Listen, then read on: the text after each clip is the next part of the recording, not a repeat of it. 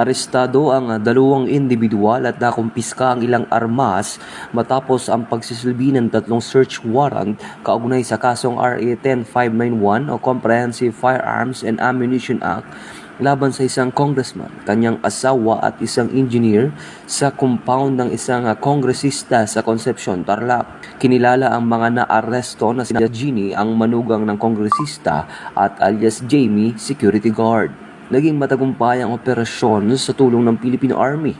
Sa pagsisilbi ng search warrant, nakumpiska ang 10 hindi lisensyadong baril at mga bala. Ang matagumpay na operasyon ay bahagi na pinaigting ng kampanya kontra loose firearms and private armed groups.